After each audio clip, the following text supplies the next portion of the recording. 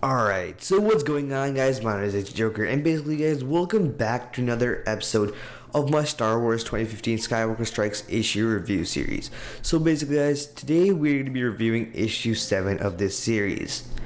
Once again, the basics. This is a fantasy, sci-fi, and knighthood arc or storyline, and basically we're reviewing issue 7. The retail cost is $3.99, and this issue was released on July 29th, 2015. So basically, today's comic question of the day is, have you watched any of the animated TV shows? If so, do you like the Clone Wars or Rebels better?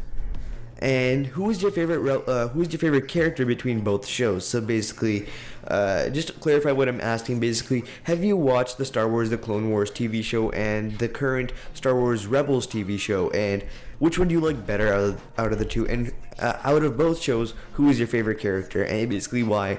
Just leave that in the comment section below, and I will get back to you whenever I can. So yeah. Alright, so now onto the issue. So basically, for this issue, we kind of saw something really different, and this issue is kind of striving away from the current storyline or arc, or basically the kind of storyline of what's happening in the series. So basically, what we got to see is kind of, if you've ever watched Avatar: The Last Airbender, I don't know, this is a really weird analogy, or kind of a I guess relation, but basically something I do remember from this is that one episode in the Avatar: The Last Airbender where we basically got to see into everyone's lives, and basically just like their normal day without fighting, trying to destroy the Emperor, the Fire Lord. The Fire Lord, basically.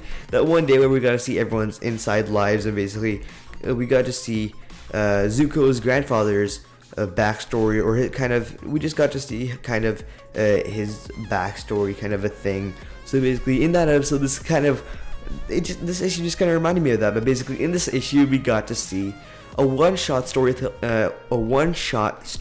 of Obi-Wan Kenobi from his own journal. So basically, during this issue, we kind of got something that we haven't really seen before in any of the Star Wars movies, or I'm not too sure about the comics, but we haven't seen in the Star Wars movies. And this is kind of something different. We got to see kind of a backstory of Obi-Wan Kenobi from when he was a child to when he died. And basically, it's just like a journal, someone's diary they write every day. So it's just like kind of storytelling ripped right out of that. And basically, I didn't love this, but basically I love the storytelling. But this issue was not a favorite to where I'm gonna give it a full out 9 out of 10 or 8 out of 10 or whatever. It was still really good. I'm gonna give it a 7.5 out of 10 because again, they just focused on one thing, and I really liked how they kind of once in a while they kind of strive away from the current arc or storyline and give us something different, something that we actually would enjoy or like. So it's kind of different, and I do like how they experimented with it, and I honestly did like it. It wasn't bad at all. It was really interesting and kind of different to see something we haven't seen from Obi-Wan Kenobi after he passed away. We never got to see his past. Even in the movies, we started off seeing him in the first ever A New Hope Return.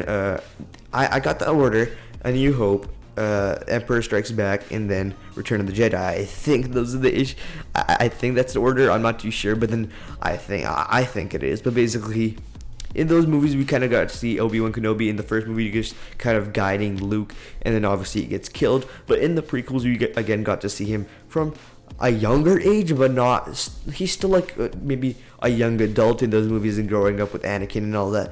But basically, we never got to see him as a child, and that's what this issue gave us, and that's what I really liked. And I'm really happy that they gave us some kind of indication of Obi-Wan as a child, or some kind of, not indication I guess, but some type of information of him and his backstory, because personally I've never kind of dug deep into Obi-Wan's history, and it's really good to see something different that we haven't seen before. So that's why I'm going to give this issue a 3.5, or not 3.5, or a 3.5 out of 5.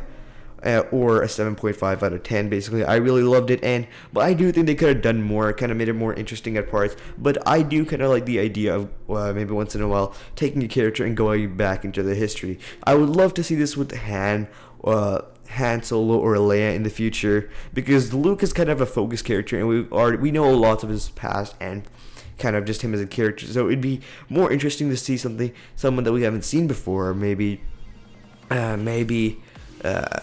Han or Leia, and maybe in one episode or in one issue, if possible, maybe the rebels as a whole, as well, including C-3PO and R2-D2, in the time where Anakin was getting turned into Darth Vader, and then into the time where they came, but when like Luke and Leia saved them, and Luke and Leia saved them and everything. That'd be really interesting. But again, I don't really think they'd do it on a full, just on the Droids Rebels. I don't know. I haven't read all of it, so I think it'd be kind of cool to see that.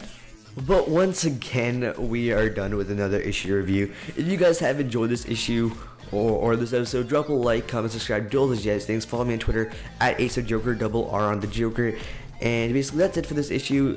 Drop your answer to the comment question of the day down below. I will respond to you whenever I can, which will probably be as soon as you drop the comment, unless I'm busy or anything. Well, again, that's not the point. But basically, do all those jazzy things, and I'll catch all of you beautiful people in the next one. Peace.